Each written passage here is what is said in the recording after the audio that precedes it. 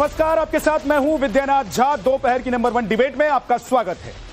पश्चिम बंगाल के मुर्शिदाबाद में हुई हिंसा को लेकर सियासत गरमाई हुई। मुद्दा बना है हिंसा में चुन चुनकर हिंदुओं के गांवों पर हमला किया जाना और फिर हजारों हिंदुओं का मुर्शिदाबाद से पलायन कर। विपक्ष की उंगलियां सीधे सीधे पश्चिम बंगाल की सीएम ममता बनर्जी पर उठ रही हैं। यूपी के सीएम योगी आदित्यनाथ ने तो ममता को हिंसा के लिए सीधे सीधे जिम्मेदार ठहरा दिया है और कहा है कि दंगाइयों का इलाज केवल डंडा ही है। बंगाल के दंगाइयों के पक्के इलाज के लिए योगी मॉडल वर्सेस ममता मॉडल पर बहस भी हो रही है। आज ममता बनर्जी ने पूरे फॉर्म में संबोधित किया लोगों को। मुर्शिदाबाद की हिंसा को सुनियोजित बताया उन्होंने और विपक्षी हमलों को बंगाल को बदनाम करने की साजिश तक करार दे दी। इमामों से मुलाकात के बाद ममता बनर्जी ने वक्फ कानून को फिर से गलत बताया और कहा कि केंद्र में सरकार बनने पर कानून को बदल देंगे। एक तरफ ममता कानून को गलत बता रही है और दूसरी ओर शांति का संदेश भी दे रही है। ऐसे ममता की पॉलिटिक्स पर भी सवाल उठ रहे हैं। आज के डिबेट में ऐसे तमाम मुद्दों पर बात होगी। बंगाल के उपद्रवियों का पक्का इलाज योगी मॉडल है या नहीं? क्या योगी मॉडल से बंगाल में हिंसा पर लगाम लगेगी? ममता ने हिंसा को सुनियोजित साजिश बताया है, लेकिन उनके मुंह से हिंसा पीड़ित हिंदुओं के लिए संवेदना का शब्द क्यों नहीं निकला? पलायन को मजबूर हिंदुओं को कोई भरोसा उन्होंने क्यों नहीं दिया? पीड़ित हिंदुओं को इंसाफ दिलवाने की बात उन्होंने क्यों नहीं कही? आज इसी मुद्दे पर बात करेंगे। हमारे साथ गेस्ट होंगे, मेहमान होंगे, लेकिन उससे पहले एक रिपोर्ट आपको दिखा दूं।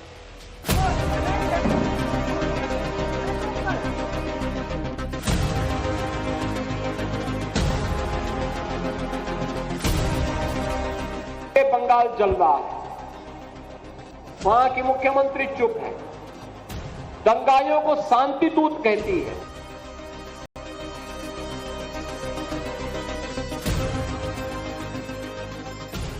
मौत के साथ ये लोग जूझ रहे हैं और क्या बताओ। सरकार चुप्पी साधे, कुछ कहते नहीं सरकार।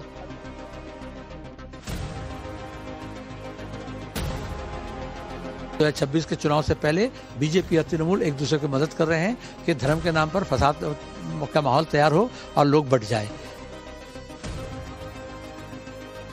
दंगाइयों का उपचार ही डंडा है, बिना डंडे के मानेंगे नहीं।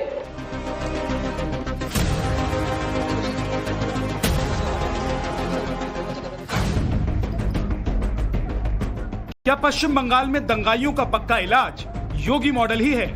क्योंकि बंगाल हिंसा को लेकर उत्तर प्रदेश के मुख्यमंत्री योगी आदित्यनाथ ने दंगाइयों के इलाज के लिए डंडे वाले मॉडल का जिक्र कर दिया। सीएम योगी ने दो टूक कह दिया कि दंगाइयों का इलाज डंडे से ही हो सकता है। दंगाइयों का उपचार ही डंडा है, बिना डंडे के मानेंगे नहीं। आप देख रहे होंगे बंगाल जल रहा है, वहां की मुख्यमंत्री चुप है, दंगाइयों को शांति दूत कहती है। अरे लातों के भूत बातों से कहां मानने वाले हैं? लेकिन सेकुलरिज्म के नाम पर इन लोगों ने दंगाइयों को दंगा करने की पूरी छूट दे रखी है। पूरा मुर्शिदाबाद पिछले एक सप्ताह से चल रहा है, सरकार मौन है। यूपी में दंगाइयों का पक्का इलाज करने का सीएम योगी का शानदार रिकॉर्ड रहा है। एक और सीएम योगी का मॉडल है जिसमें सबका साथ, सबका विकास का संकल्प है और इस संकल्प को सिद्धि तक पहुंचाने के लिए सुशासन है। लेकिन दूसरी ओर ममता मॉडल है। उनके मुंह से मुर्शिदाबाद के हिंसा पीड़ित हिंदुओं के प्रति संवेदना का एक शब्द नहीं निकला। ममता बनर्जी ने पलायन को मजबूर हुए हिंदुओं को कोई आश्वासन तक नहीं दिया। हिंसा पीड़ित हिंदुओं के लिए ना किसी मुआवजे का ऐलान किया, यहाँ तक कि पीड़ित हिंदुओं को इंसाफ दिलवाने का कहने को ही सही कोई भरोसा तक नहीं दिया। और बीजेपी आरोप लगा रही है कि बंगाल में हिंसा के जरिए हिंदुओं को भगाने की साजिश हो रही है। और सबसे बड़ी बात, सुरक्षा की गारंटी कौन देगा? अगर हिंदू यहाँ पे रहते हैं, आज से तो नहीं रहते, हजारों सालों से रहते हैं, तो उनकी रहने की गारंटी कौन देगा? ममता बनर्जी और उनके जो विधायक जो भी है, मंत्री भी बने हैं, उन्होंने कॉन्स्टिट्यूशन का वोट लिया हुआ है कि आप धर्म के विचार किए बिना, कास्ट क्रीड के विचार किए बिना सबका सुरक्षा करेंगे, सबका अब रक्षा करेंगे। कहाँ रक्षा हो रही है? वो तो संविधान को पूरा तार तार कर दिया। उनको अपनी पद में बने रहने की कोई अधिकार नहीं है। मुर्शिदाबाद में हिंदुओं पर हो रहे अत्याचार पर जारी सियासी घमासान के बीच ममता आज मुस्लिम धर्मगुरुओं से मिल रही हैं। हिंसा पीड़ित हिंदुओं के दर्द पर मरहम लगाने की बजाय आज वो इमामों और मोजिन से मुलाकात कर रही हैं, लेकिन चुन चुनकर हिंदू गांवों को निशाना बनाए जाने पर चुप्पी साधे हुई हैं। ममता की जुबान से पीड़ित हिंदू परिवारों के लिए एक शब्द नहीं निकला। दीदी की पूरी ममता सिर्फ एक विशेष वर्ग के लिए है। बीजेपी पार्टी खुद देता है, बाहर से भी उसका संपर्क है। वो आके झूठा वीडियो दिखाता है, फेक वीडियो दिखाता है। हमने पकड़ लिया, 8 वीडियो भेजा, जो 8 वीडियो कोई कर्नाटका का है, कोई उत्तर प्रदेश का है, कोई बिहार का है, कोई राजस्थान का है, और आप बंगाल का नाम पे बदनाम करते हैं। सब होना चाहिए। ममता की इसी पॉलिटिक्स पर प्रहार करते हुए सीएम योगी ने ममता को हिंसा के लिए सीधे तौर पर जिम्मेदार ठहराया, तो साथ ही शरीयत को संविधान से ऊपर मानने वालों को सख्त चेतावनी भी दे डाली। कुछ लोग कह रहे हैं कि उनके लिए संविधान से बढ़कर के शरीयत है, तो मैं भी उनसे कहना चाहता हूं कि भारत तो बाबा साहब के द्वारा बनाए गए संविधान से चलेगा। जहां शरीयत का कानून लागू होता है उनको वहां जाना चाहिए। बंगाल में योगी मॉडल वर्सेस ममता मॉडल की बहस के बीच कांग्रेस और लेफ्ट पार्टियों ने भी मोर्चा खोल दिया है। कांग्रेस नेता अधीर रंजन चौधरी ने ममता सरकार को कटघरे में खड़ा किया, तो लेफ्ट पार्टियां इसे बीजेपी टीएमसी की साजिश करार दे रही हैं।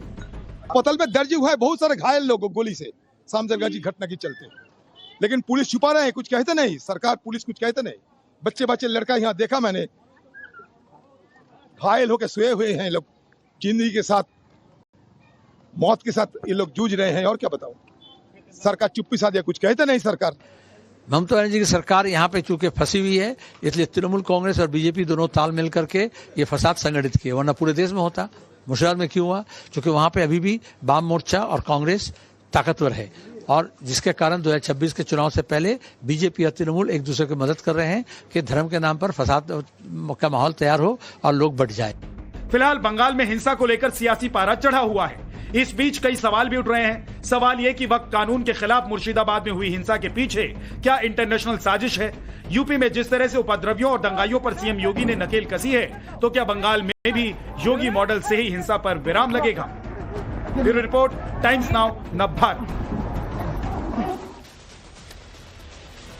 तो सवाल यह है कि अगर पश्चिम बंगाल में हिंसा होती है तो भी बीजेपी जिम्मेदार।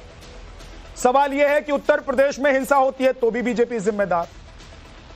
तो जिम्मेदारी क्या सिर्फ बीजेपी की है और कानून व्यवस्था हर प्रदेश की जिम्मेदारी भी सिर्फ बीजेपी की है? मैं ये सवाल इसलिए उठा रहा हूं क्योंकि आज दीदी ने जो बयान दिया उसमें उन्होंने कहा कि बीजेपी हिंसा करवा रही है। उसमें उन्होंने कहा कि बीजेपी को बांग्लादेशियों को रोकना चाहिए। दीदी ने कहा कि बांग्लादेशियों का अगर हाथ है तो रिपोर्ट दीदी को पहुंचाई जाए। वो रिपोर्ट उन्हें चाहिए, वो देखना चाहती हूं। लेकिन सवाल यह भी है कि पश्चिम बंगाल में लाखों की संख्या में बांग्लादेशी आकर बसे कैसे? क्या बीएसएफ की यह जिम्मेदारी है कि बॉर्डर पर बांग्लादेशियों को वो रोक ले, और अगर उन्हें पकड़कर पुलिस के हवाले बीएसएफ करती है तो फिर इसके आगे की जिम्मेदारी किसकी होगी? और सबसे बड़ा सवाल यह है कि आज जिन मौलानाओं, मौलवियों, इमामों के साथ दीदी ने मुलाकात की, क्या मरहम लगाने की जरूरत उन लोगों को थी, या फिर जो पीड़ित हैं, जो हिंदू हैं, जो पलायन कर रहे हैं, हिंसा में जिनकी मौत हुई, इनके परिवार वालों से दीदी का मिलना जरूरी था? सवाल यह भी है कि ममता ने कहा कि जब हमारी सरकार आएगी, मोदी की सरकार जाएगी, तो वक्फ कानून को फिर से हम पलट देंगे। तो एक तरफ शांति की अपील और दूसरी तरफ दीदी क्या कहना चाहती हैं, क्या बोलना चाहती हैं, क्या दिखाना चाहती हैं, किसी से छिपा हुआ नहीं है। हमारे साथ तमाम मेहमान हैं इस पर बात करने के लिए। एसएन सिंह बीजेपी के प्रवक्ता हमारे साथ हैं, हमारे साथ मोहम्मद फैज खान जुड़ जाएंगे थोड़ी देर में, शांतनु गुप्ता पॉलिटिकल एनालिस्ट हमारे साथ हैं, बादल देवनाथ हमारे साथ हैं political analyst, professor Vijay Rathi हमारे साथ हैं समाजवादी पार्टी से, हाफिज नूर अहमद अजहरी हमारे साथ हैं, और मुमताज आलम रिजवी हमारे साथ हैं। एसएन सिंह साहब, आप लोग कह रहे हैं कि दीदी बंगाल में हिंसा नहीं रोक पा रही है, और दीदी कह रही हैं कि आप लोग घुसपैठ नहीं रोक पा रहे हैं। अगर घुसपैठिए आ रहे हैं, हिंसा हो रही है, तो ये जिम्मेदारी केंद्र सरकार की बनती है कि दीदी की बनती है? देखिए, आज पश्चिम बंगाल में जो कुछ भी हो रहा है, मुर्शिदाबाद में जो कुछ भी हो रहा है, अगर सीधे तौर पे देखा जाए तो उसके लिए जिम्मेदार कौन है? पश्चिम बंगाल की सरकार। उसके लिए जिम्मेदार ममता बनर्जी का वो बयान है जो केंद्र में बने हुए कानून संसद में बने हुए कानून को कहते हैं कि हम उसको लागू नहीं होने देंगे। अरे भाई, इनके पार्टी के एक नेता उसी मुर्शिदाबाद में बयान देते हैं, आप दीदी से पूछिए ना कि उन पे क्या कार्रवाई की। कहते हैं मुर्शिदाबाद में हमारी संख्या 70% हो गई है और हिंदुओं को मार के हम जो है भगीरथ में फेंक देंगे। कोई कार्रवाई की क्या? आप जब मुसलमानों के साथ खड़ी हो जाती हैं और जब हिंदुओं की हत्याएं होती हैं उस पर कुछ बोलती नहीं, तो ये क्या दर्शाता और बताता है? और संसद में बने हुए किसी कानून को कोई चुना हुआ मुख्यमंत्री कैसे कह सकता है कि हम नहीं मानेंगे? मतलब आप साफ था कि आप दंगा करो, हम आपके साथ हैं। ये ममता बनर्जी ने खुले तौर पे ऐलान कर दिया था। जब खुले तौर पे आप ऐलान कर दिए तो अब पीछे भागने क्यों चाहती है? क्यों? क्योंकि अब ये जो समझने नहीं समझ रहा है पश्चिम बंगाल में जो हो रहा है। होता क्या है, जब आप दूसरे के घर को जलाना चाहती हैं उसके बाद आपके घर में भी आग लग जाता है। पता चला है कि पश्चिम बंगाल में टीएमसी के भी बहुत सारे नेता ऐसे हैं जो इसके जद में आ गए हैं। तो इस नाते ममता बनर्जी बयान को बदल रही है। तीसरी बात मैं कहूंगा, आज भी ममता बनर्जी एक बार नहीं कही कि भारत के ही पीड़ित वो किस तरह से जाके एक छोटे से रूम में 100 लोग रह रहे हैं। क्या किस रिहेबिलिटेशन कैंप में रह रहे हैं? क्या भारत में रहने की उनको जगह नहीं है? भारत में इस तरह की व्यवस्था के लिए जिम्मेदार कौन है? और ममता बनर्जी को हिंदुओं के पक्ष में लौट कर आऊंगा तो पहले भी मुसलमानों के साथ खड़ी हो गई। बादल देवनाथ उंगली उठा रहे हैं। बादल देवनाथ एक अच्छा फॉर्मूला योगी आदित्यनाथ क्या दर्शाता आपको दे रहे हैं। वो कह रहे हैं कि लातों के भूत हाथों से नहीं मानते, करा रही है। लातों के भूत हाथों से नहीं मानते, डंडे का फॉर्मूला दे रहे हैं। और उत्तर प्रदेश में योगी आदित्यनाथ ने दिखाया है कि कैसे गुंडे, माफियाओं, बदमाशों और घुसपैठियों से निपटा जा सकता है। क्यों दीदी उस पर काम नहीं कर सकती हैं? बोलने दीजिए सर। ये जो बातें जोगी जी ने कहा, ये जोगी जी के पक्ष में संभव है। मैं ऐसे बातें किसी के साथ नहीं करता हूं और मेरा पार्टी ममता दीदी भी ऐसे कर रहे हैं, कहने की बात कर रहे हैं बादलनाथ जी, करके दिखा रहे हैं, करके दिखा रहे हैं। ममता बनर्जी कह रही है कि हाँ, मैं आपके समय में नहीं बोला, देश के संविधान को मत मानिए। आपके समय में मैंने नहीं बोला, मुझे बोलने दीजिए। हम लागू नहीं होने देंगे, हम आपके साथ हैं। आज भी ममता बनर्जी प्लीज अब बैठ जाइए। ठीक है, एसएन सिंह एक सेकंड रुक जाइए। सर प्लीज एक मिनट रुक जाइए, उनको अपनी बात करने दीजिए, उसके बाद आप बोलिएगा, फिर आप जवाब दीजिएगा। जाना चाहिए please SN Singh ji please रुक जाइए, एक बार उनको अपनी बात कहने दीजिए, उसके बाद आप काउंटर कीजिएगा। Please I am request to, आपके समय मैंने एक शब्द नहीं बोला। ओके, बोलिए सर। पहला बात है, ऐसा शब्द हम सब नहीं कहते, मैं तो नहीं कहता हूँ। कैसा शब्द? क्योंकि जोगी जी जो है ये उत्तर प्रदेश में, पूरे देश में, पूरे विश्व में इसका एक नाम एक चर्चा में आ गया। जोगी जी का नाम से एक नाम जुड़ गया, एनकाउंटर जोगी जी। दूसरा भी नाम है बुलडोजर जोगी जी, बुलडोजर बाबा। ऐसे कोई भी मुख्यमंत्री है पूरे भारत में, पूरे वर्ल्ड में कोई भी गवर्नर, कोई भी नेता हो, इसके नाम पर कोई बुलडोजर बाबा कहते हैं किसी को, और किसी मुख्यमंत्री को कोई एनकाउंटर बाबा, एनकाउंटर जोगी जी कहते। ऐसा जोगी जी के नाम पे ही होता है। और जोगी जी ऐसा काम भी किया उत्तर प्रदेश में, जिस राज्यों में तो एक सेकंड बादल देवनाथ, आप ये कह रहे हैं कि बुलडोजर अगर योगी आदित्यनाथ के साथ जुड़ गया वो गलत है, और बांग्लादेशी अगर फसाद करते पश्चिम बंगाल में, बांग्लादेशियों की संख्या लगातार बढ़ती जा रही है, तो भाई वहां पर बुलडोजर क्यों नहीं चलेगा? क्यों कोलकाता और पश्चिम बंगाल के जिन इलाकों में अवैध रूप से बांग्लादेशी आकर बसे हैं उनके आधार कार्ड और इलेक्शन कार्ड बनाए जाते हैं? कौन लोग बनवा रहे हैं?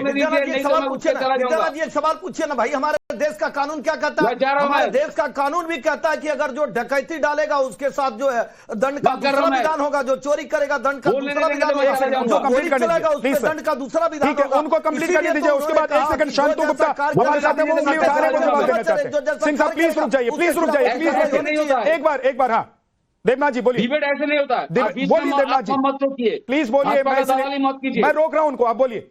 दूसरा बात है, इनको पता नहीं है मुर्शिदाबाद में जो हंगामा हुआ, एक काल भी सेंट्रल एजेंसी, स्टेट एजेंसी ने रिपोर्ट दिया, अब पूरे पत्र पत्रिका में निकाला है, ये बाहर से साजिश हुआ। कैसे? आज जो मतलब बंगाल पर, पश्चिम बंगाल पर ममता जी का बीच में बोल रहा है। नहीं, मैं आप बोल रहे हैं तो मुझे पूछना पड़ेगा ना। अरे देवनाथ जी आप बोल रहे हैं तो मुझे पूछना पड़ेगा। आप कह रहे हैं कि पश्चिम बंगाल में जो रिपोर्ट पेश की गई है पश्चिम बंगाल की, वो बाहर की रिपोर्ट है, पश्चिम बंगाल में कुछ नहीं हुआ, इसका मतलब? सवाल बार बार मत कीजिए देवनाथ जी, मैं पूछ रहा हूं क्या पश्चिम बंगाल में कुछ नहीं हुआ है? जवाब देने दीजिए, उसके बाद मैं बताऊंगा। दूसरा सवाल कीजिएगा, बीच में सवाल मत कीजिए, जल्दी कंप्लीट। आज जो रिपोर्ट आया, एक हंगामा के लिए तुर्क से 20 कोटी टका का फंड यहाँ पर आया, 20 करोड़ रुपया आया यहाँ पर, आज का रिपोर्ट है। तो ये बाहर से जो है तो सेंट्रल एजेंसी, होम मिनिस्ट्री हो गया, दोनों फेल्योर है। हो गया। तो आपका हो गया हो तो मैं अगला सवाल पूछूं आपसे। सर आपका हो गया हो तो मैं अगला सवाल, क्योंकि देखिए इतना वक्त नहीं होता देवनाथ जी, आपको पता है, आप अपनी बात सीधी सीधी कहिए। मेरा अगला सवाल आपसे है, आप कह रहे हैं कि ये तमाम साजिशें बीजेपी की है, आप ये कह रहे हैं लोगों को पैसा दिया गया, आप ये कह रहे हैं जो रिपोर्ट आई है वो झूठी है, आप ये कह रहे हैं कि जो रिपोर्ट मीडिया में दिखाई जा रही है वो झूठी है। तो पश्चिम बंगाल के लोग जो पलायन कर रहे हैं, पश्चिम बंगाल में जिनके परिवार के लोगों की मौत हो गई, वो सभी झूठे हैं। अरे आपको क्यों कुछ पता नहीं है? नहीं, नया क्या हुए, कुछ पता नहीं है। 4 दिन से क्या हो रहा है कुछ देखा नहीं है आपने? हाँ, क्या हो रहा है? बाहर से लोग अक्टूबर महीने से ट्रेनिंग किया। अरे तो सरकार टीएमसी की है कि बीजेपी की है?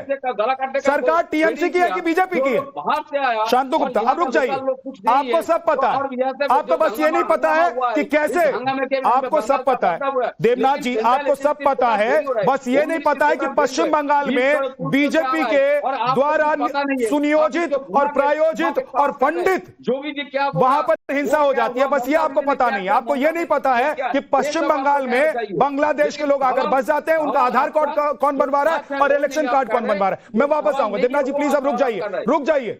आपको कुछ नहीं दिखाई दे रहा, आपको बस ये दिखाई दे रहा है, ममता बनर्जी को सिर्फ अगर ये दिखाई दे रहा है कि हिंदू परिवार जो मरते हैं मरने दो, उनके पास नहीं जाएंगे, हमारा जाना मुसलमानों के बीच में जरूरी है, और वो कर रही है, उन्होंने आज किया है। शांतु गुप्ता बोलिए, आप उंगली उठाइए।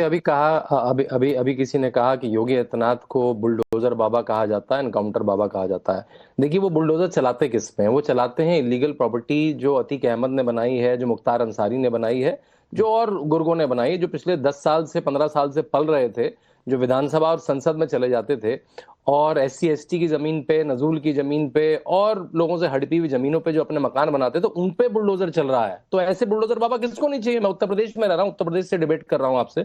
आपने खुद देखा, आपका खुद का जो टीवी स्टूडियो है टाइम्स नाउ का, वो उत्तर प्रदेश में आपने देखा है कैसे बिजली आ रही है यहाँ पे, कैसे यहाँ पे हाईवे बन रहे हैं, कैसे एयरपोर्ट बन रहा है, 16 एयरपोर्ट बन चुका है। तो ऐसे बुलडोजर बाबा किसे नहीं चाहिए?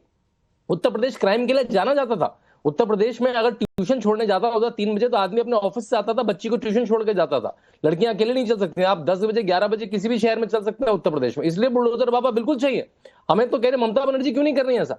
ममता बनर्जी के यहाँ तो भाई वो शेख शाहजहां आते हैं, संदेश खाली में कुछ करके चले जाते हैं, उसको सपोर्ट करती हैं। आरजी कर में वो जो रेपिस्ट है उसको सपोर्ट करती हैं। वो इलेक्शन के बाद कोई जो वायलेंस होता है फिर उसको सपोर्ट करती हैं। वक्फ बोर्ड में मुर्शिदाबाद में फिर सपोर्ट कर रही है। मैं आपसे एक सवाल पूछना चाहता हूं, मैं आपसे एक सवाल करना चाहता हूं कि पश्चिम बंगाल में जो हिंसा हुई, हिंसा को लेकर ममता बनर्जी की सरकार का जो रवैया दिखाई दिया, और आज ममता बनर्जी ने उलेमाओं मौलानाओं के साथ मुलाकात की है, क्या उलेमाओं मौलानाओं के साथ मुलाकात ज्यादा जरूरी है या पीड़ित परिवारों से मिलना जरूरी था? क्या ममता बनर्जी की सरकार पश्चिम बंगाल में हो रही हिंसा पर चुपचाप हाथ पर हाथ धरे बैठी रही? ये आरोप सही है? नहीं, चुपचाप हाथ पे हाथ धरे तो बैठी रही, उनका इंस्टिगेट करा। आपने खुद बताया कि उन्होंने कहा कि भाई वक्फ का कानून तो मेरे यहाँ चलेगा नहीं, मतलब एक तरह से उन्होंने इंस्टिगेट कर दिया। और बोला बीच में एक इंग्लिश उनका भी बंगाली में आया। कल मैं किसी चैनल में देख रहा था कि अगर उस कम्युनिटी को आप इतना कर रहे हैं, अगर वो कम्युनिटी एक बार आ गई तो फिर कौन कंट्रोल करेगा? मतलब एक तरह से इंस्टिगेट करते हैं कि सड़कों पे आओ। ठीक। और सड़कों पे आके आपने आपने किया तो उलेमाओं से मिल भी लिया। नहीं तुम करते रहो, मेरी पुलिस आपका सपोर्ट करेगी। ठीक है, तुम हिंदू औरतों के साथ जो करते रहो, मेरी पुलिस। प्रोफेसर विजय राठी आपको जवाब देना चाहते हैं, बोलिए प्रोफेसर। ऐसा लग रहा है वो एक रिपब्लिक ऑफ वेस्ट बंगाल चला रही है। भारत से उनका कोई मतलब नहीं है। 10 सेकंड आज मिलना किससे था?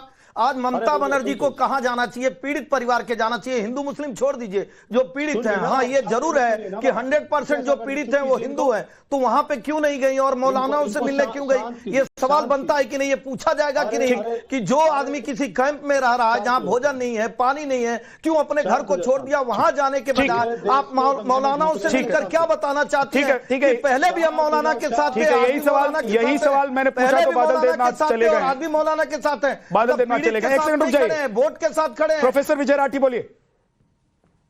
देखिए एक चीज मैं दिखाना चाहता हूं आपको जी। ये नवभारत टाइम्स का 8 अप्रैल 2025 का सीधा मैं कोट कर रहा हूं जो लिखा है। इसमें लिखा है यूपी में कानून का शासन धराशायी, सुप्रीम कोर्ट।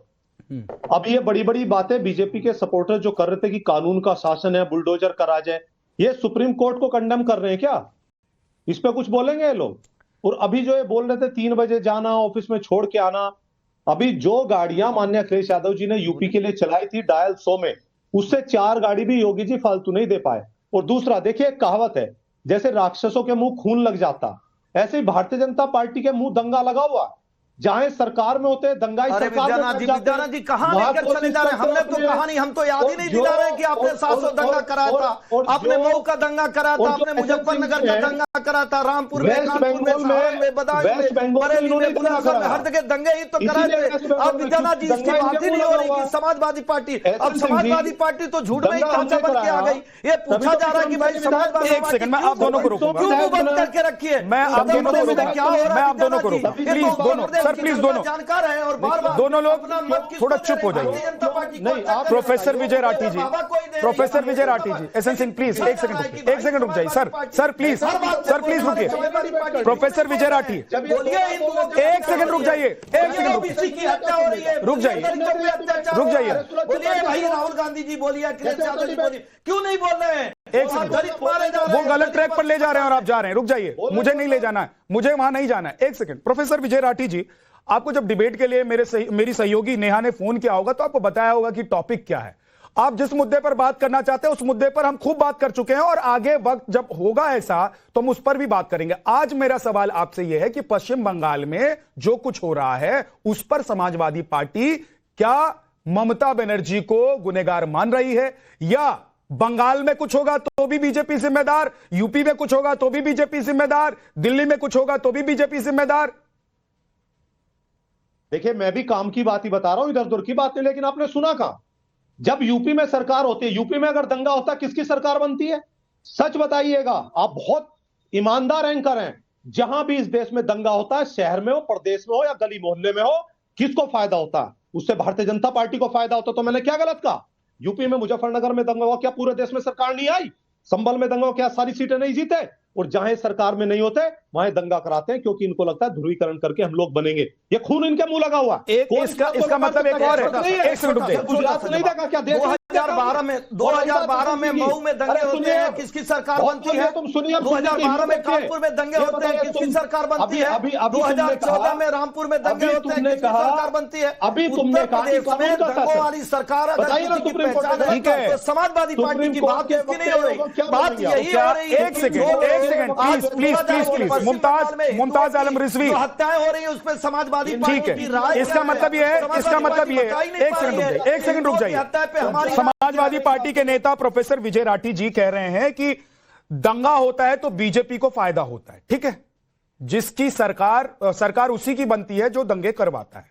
तो पश्चिम बंगाल में जो दंगे हो रहे हैं क्या टीएमसी करवा रही है? मुमताज आलम रिजवी, उनको सरकार चाहिए क्योंकि वहां तो सरकार, कानून व्यवस्था उनके हाथ में है। अगर बाहर से कोई आ रहा है दंगा करवाने की कोशिश कर रहा है तो रोकने की जिम्मेदारी भी ममता की है। कहां से कौन आ रहा है, कौन दंगा करा रहा है, ये जिम्मेदारी सरकार। विजय भाई, मैं लौट कर आऊंगा आपके पास, एक बार मुमताज आलम रिजवी जी को बोलने दीजिए। और मैं एक चीज बता दूं कि देखिए, इससे क्या मुसलमानों को फायदा है? क्या 47 से लेकर के अब तक दंगे हुए तो क्या मुसलमान यहाँ हुक्मरान बन गया, मुसलमान यहाँ हुकूमत में आ गया? भाई मुसलमान बहुत अमीर आदमी बन गए, हुआ क्या?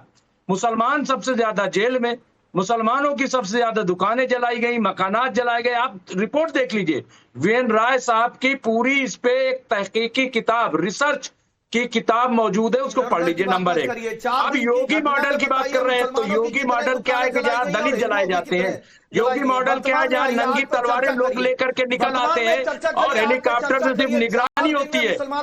योगी मॉडल क्या है कि जहाँ मुसलमान काली पट्टी सिर्फ लगा ले तो उस पर मुकदमा दर्ज कर दिया जाए? क्या क्यों योगी मॉडल है? योगी मॉडल क्या है कि पुलिस हिरासत में अगर मुस्लिम हो तो उसे गोली मारती जाती है खुल्ला खुल्ला मीडिया के सामने? क्या ये योगी मॉडल? ढूंढ के मारा जा रहा है, भाजपा वाले तो सिर्फ ये है कि जहाँ उनकी सरकार होती है और मुसलमान को डराओ ताकि ये हिंदुओं में मैसेज जाए कि देखो हमने मुसलमानों को दबा दिया। और जहाँ गैर भाजपाई सरकार हो वहाँ हिंदुओं को डराओ कि देखो आप यहाँ पे महफूज नहीं हो, हमारी सरकार बना दो। ये है पीड़ित बताते। मैं तो डंके की चोट पे कहता हूँ, बता के जाइए 4 दिन में 400 घर जलाए गए, बताइए कितने मुसलमान के जलाए गए, कितने नहीं, हम कह रहे हैं तो बोलेंगे ही नहीं, कहां 400 हिंदुओं के जलाए गए, 400 घर के जलाए गए की गई, आप कहां से रिपोर्ट आ गई आपके पास? 400 घर जलाए गए, रिपोर्ट आ गई? कौन से मुसलमान कहां के जलाए? 400? कोई 4 नाम बता के जाइए। फायदा उठाना चाहते हो बंगाल में, बातें करनी बंगाल में आपकी नूरा कुश्ती है, चले जाना है, आपकी नूरा कुश्ती है, भी हिंदुओं पे अत्याचार होगा, आपकी नूरा कुश्ती है, आप जो है ऐसा माहौल बनाना चाहते हो ताकि वहां पे आपकी सरकार बन जाए। कहाँ गई गंगा जमुना जी? पूरा बंगाल में पिछले कई साल से आप एक सेकंड रुक जाइए, एक सेकंड देखिए, मैं आपको लगातार कह रहा हूं कि अब देखिए मुमताज आलम रिजवी जी, अगर आप मुद्दे को कहीं और ले जाना चाहेंगे और फिर दूसरा कोई बोलेगा तो मैं उसको रोक नहीं पाऊंगा। इसलिए अच्छा यह है कि हम जिस मुद्दे पर बात कर रहे हैं उस पर बात करें। आपको जो मैं सवाल कर रहा हूं उस पर आज जवाब दीजिए, कल जो सवाल करूंगा उस पर कल जवाब दीजिएगा सर, तो अच्छे से आप अपनी बात भी रख पाएंगे और डिबेट भी अच्छे से चल पाएगी। हाफिज नूर अहमद अजहरी हमारे साथ हैं। हाफिज नूर अहमद अजहरी, कुल मिलाकर जो अभी तक की बात समझ में आ रही, चाहे समाजवादी पार्टी के नेता कह रहे हैं, चाहे जो टीएमसी के समर्थक पॉलिटिकल एनालिस्ट से जो चले गए हैं देवनाथ जी, उनकी बात अगर समझे तो दंगा जब हुआ है तो उसी पार्टी को फायदा हुआ है जिसकी सरकार बनी है।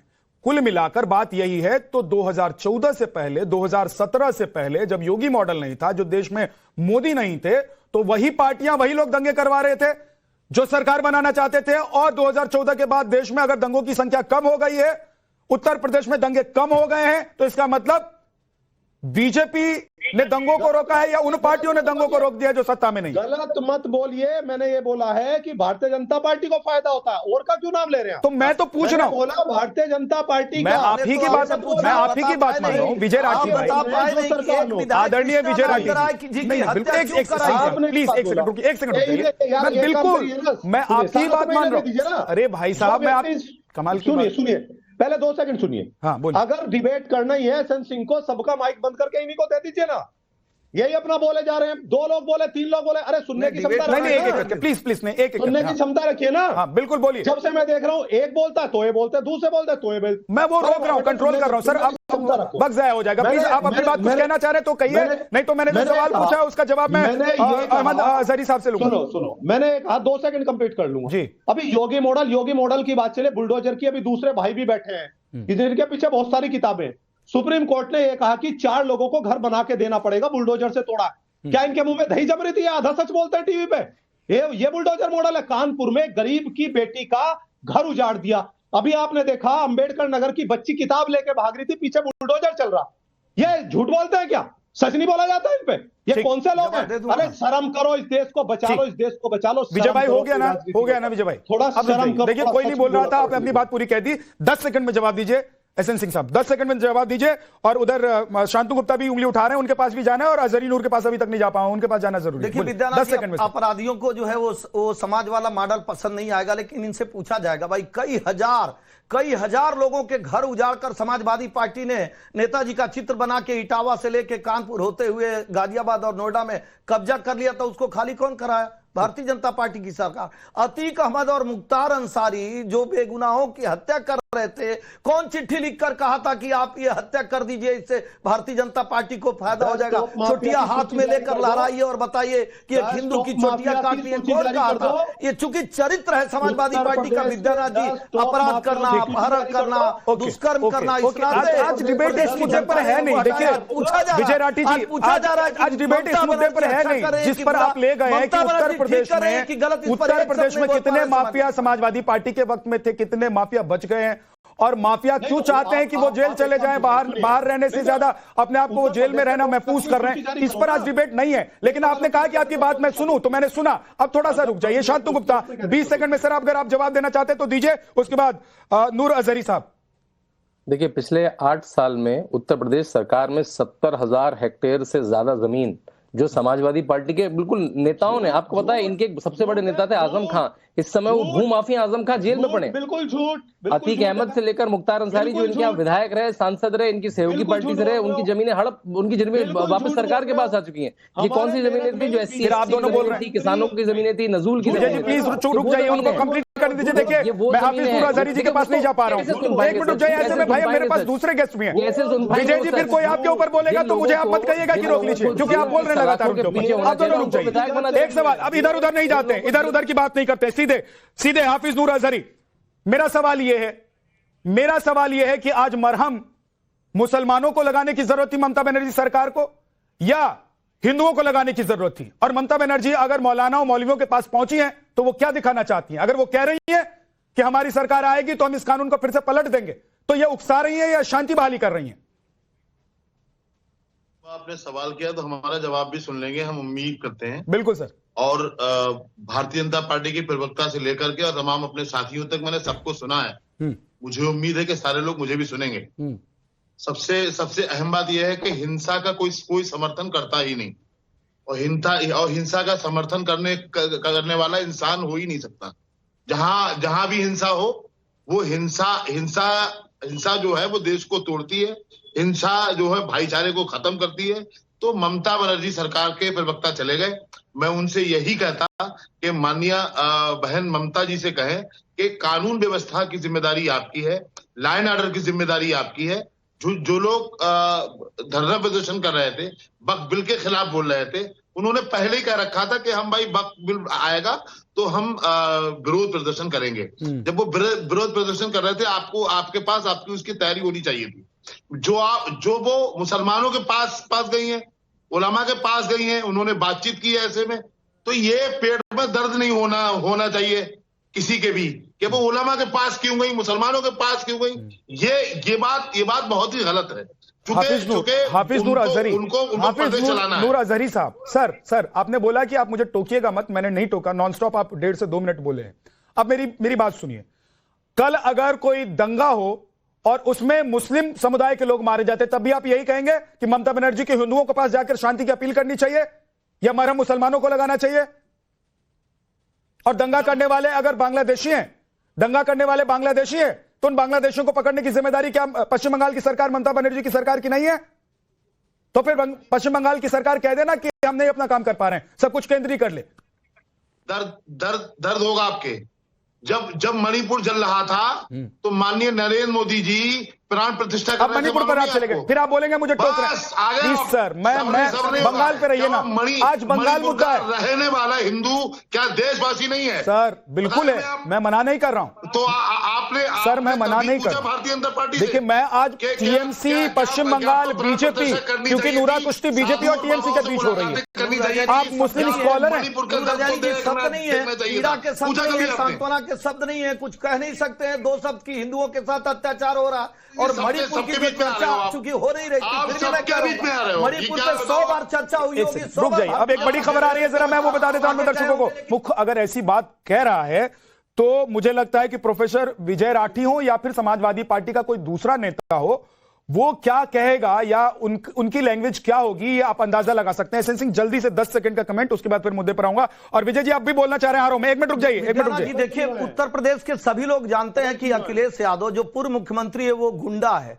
वो औरंगजेब के रास्ते पर चल पड़ा है। और जिस तरह से औरंगजेब अपने माता पिता को अपकृत करता था, तिरस्कृत करता था, जेल में डालता था, अपमानित करता था, हिंदू समाज को अपमानित करता था, साधु सन्यासियों को अपमानित करता था, उसी तरह से औरंगजेब की भाषा आज बोल रहे हैं। ये जो पूर्व मुख्यमंत्री अखिलेश यादव जो गुंडा है, वो आज गुंडा की भाषा कर रहा है। इस गुंडा को तो विजय जी जल्दी से देखिए, फिर ये औरंगजेब पे आ गए, फिर हम कुछ बोलेंगे, फिर ये तलवार। कौन मना कर रहा है भाई? फिर बोलेंगे क्या? बोल रहे हैं एक गुंडा व्यक्ति हमेशा गुंडाई की भाषा बोलता है। जो प्रवक्ता बोलते हैं कि एंकर को हम तो स्टूडियो से उठा लेंगे, बहनों को हम उसके घर से उठा लेंगे। आज एक योगी को कह रहे हैं कि वो पता नहीं क्या क्या है।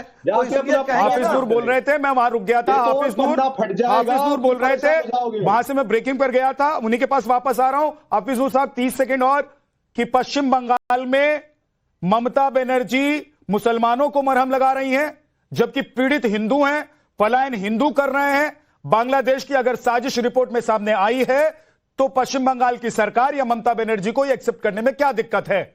सवाल मुसलमान है या सवाल वो लोग हैं जो हिंदुस्तान में आकर दंगा फैला रहे हैं? मैं ममता बनर्जी का प्रवक्ता तो नहीं हूं, लेकिन इतना जरूर कहूंगा कि ममता बनर्जी एक ईमानदार लीडर हैं।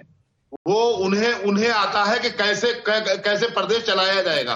तो वो जो कर रही है वो अपने हिसाब से कर रही है, परिस्थितियों के आधार पे कर रही है। आपको नजर नहीं आ रहा, उसका मैं जिम्मेदार नहीं, कोई और जिम्मेदार नहीं। ममता बनर्जी मरहम भी लगा रही है जहां उनको मरहम लगाना चाहिए, और उलमा से जो मुलाकात का उनका पहले से हो सकता है मरहम जो लगा रही है वो सिर्फ हाफिज नूर अजहरी जी को नजर आई है, वो कहीं और एक फोटो सामने नहीं आई कि पीड़ितों के पास ममता बनर्जी गई। ये कहीं एक तस्वीर या एक वाक्य सामने नहीं आया कि मैं आ रहा हूं यूपी में जहां पर मुसलमान मुमताज आलम रिजवी में आ रहा हूं आपके पास। लेकिन एक बार शांतनु गुप्ता कुछ कहना चाह रहे हैं, बोलिए। मोहम्मद फैज भी हमारे साथ जुड़ गए। उत्तर प्रदेश के इतने लोकप्रिय मुख्यमंत्री के लिए ऐसे शब्दों का, इतने ओछे शब्दों का कोई मवाली ही कर सकता है। 19 साल से सांसद है वो व्यक्ति, गोरक्षनाथ पीठ का मठाधीश है। इतनी बड़ी पीठ है जो अफगानिस्तान से लेकर श्रीलंका से लेकर जिसके नाथपंथी कन्फर्टेड साधु हैं। जो व्यक्ति 8 साल से मुख्यमंत्री, पहला ऐसा मुख्यमंत्री जो रिपीट हुआ है, उसके लिए कह रहे हैं वंडा है, वो जीरो है। तो ये जनता की भावना से बिल्कुल अलग है। वो केवल ट्विटर की और प्रेस कॉन्फ्रेंस की राजनीति करते हैं। उनको ये भी नहीं पता उत्तर प्रदेश में जिले कितने हैं, इसमें भी गए भी नहीं है जिलों में। पता है नोएडा तो आते ही नहीं है वो। अगली बार कहते नोएडा आऊंगा तो मैं हार जाऊंगा, मैं बिजनौर जाऊंगा तो हार जाऊंगा, ऐसे तो वो प्रदेश चलाते थे। ठीक है मोहम्मद फैज खान साहब, ममता बनर्जी की आज मुलाकात हुई, आप थोड़े लेट से जुड़े हैं इसलिए मैं एक लाइन में आपको बता देता हूं। ममता बनर्जी आज मुसलमानों से, मौलानाओं से, मौलवियों से मिली हैं, इमामों से मिली हैं, और उन्होंने कहा है कि आप शांति बनाकर रखें। एक तरफ उनका यह बयान, दूसरी तरफ जो वो पब्लिकली कह रही थी कि शांति बनाकर रखें, हिंदू मुसलमान नहीं होना चाहिए, दूसरी तरफ उसी मंच पर खड़े होकर ममता बनर्जी कह रही हैं कि हमारी सरकार आएगी तो हम वक्फ का ये जो कानून आया है इसको पलटकर रख देंगे। आपको क्या लग रहा है, वो शांति की अपील कर रही थी या वो मुसलमानों को मरहम लगाने गई थी और जरूरत थी हिंदुओं को मरहम लगाने की? मौलानाओं से मिलने गई थी, यानी कि सर पे चोट लगी थी और पैर पर मलहम वो लगा रही थी। अरे हिंदुओं को घरों को जला दिया गया है, उनकी मां बहन बेटियों के साथ बलात्कार किया जा रहा है, बच्चों को भूखा रखा जा रहा है, उनके पानी में जहर मिलाया जा रहा है। वो मुर्शिदाबाद छोड़कर मालदा चले गए हैं। मिलना चाहिए उन पीड़ित हिंदुओं से, मिलने जा रही है उन्हीं कट्टरपंथी मौलानाओं से जिनके बीच जाकर उन्होंने पिछले कुछ वर्षों में स्पीच दी थी खुश करने के लिए कि इन काफिरों को खत्म करना है। ये कहा था और आज वो बात उसने सही सिद्ध कर दी। ये वो पार्टी है ममता बनर्जी जिसके पत्रकारों ने 2018 में लंदन के 5 स्टार होटल से चांदी का चम्मच चुराया था, सीसीटीवी कैमरे में रिकॉर्ड हुआ था। और दंगे का दोषी है बीएसएफ को कह रही है, संघ को कह रही है, बीजेपी को कह रही है। अरे इतने सालों से कम्युनिस्ट सरकार रही, ममता बनर्जी की सरकार रही, दोषी ये कहां से हो गए? ये सब झूठ। और कल इनकी प्रवक्ता ने क्या कहा था, मैं एक बात सुन रहा था, 25 करोड़ मुसलमानों को छेड़ोगे तो ऐसा होना स्वाभाविक है, यानी कि हिंदुओं के साथ जो कुछ भी हुआ वो स्वाभाविक है। ये ऐसे लोग हैं, यदि इनको वोट नहीं दो तो इनका घर जला दिया जाता है, इनको पलायन करने पर मजबूर किया जाता है। ये बार बार कह रहे हैं ना हिंदू भी वोट देता है, हिंदू को डराया जाता है, यदि वो वोट नहीं दिया तो देखो उनका क्या हाल कर दिया गया। लगी है सर पे चोट, लगा रहे हैं पैर पे मलहम। ये कैसा लोकतंत्र है, ये कैसा समाजवाद? बगला भगत का हर तरफ रुआब है, सच बोलने वाले की जुबान काट दी गई, जो बोलता है झूठ वही लाजवाब है। कहीं तो झोपड़ी गरीब की जलाई गई, कहीं मजलूम की इज्जत सड़क पे लाई गई। दवा के नाम पे धोखे से जहर देते हैं और सितम की हद है कि बच्चों की जान लेते हैं। कितना तुष्टीकरण करेंगे? 1947 में भारत पाकिस्तान का विभाजन कराया धर्म के नाम पर, और अब ये कांग्रेस, तृणमूल कांग्रेस बंगाल का विभाजन करवाना चाहती है हिंदू मुसलमान के नाम पर। और बीच में नहीं बोलिए, आप मेरी आवाज सुनिए, मैं सच्चाई कह रहा हूँ। सच्चाई यही है कि भारत 2047 तक विकसित भारत बनेगा। ये धर्म के नाम पर तोड़ने वालों की अब दाल नहीं गलने वाली है। और हाँ, मैं जानता हूँ कि अब बाबा साहब अम्बेडकर के संविधान के अनुच्छेद 356 का प्रयोग करने का सही समय आ चुका है, वहाँ राष्ट्रपति शासन लगाने का सही समय आ चुका है, इन दंगाइयों को खत्म करने का। ये बांग्लादेशी, रोहिंग्या और इधर से पाकिस्तानी जो घुसकर मंसूबा पूरा करना चाहते हैं बांग्लादेश में, वो नहीं होगा। ममता दीदी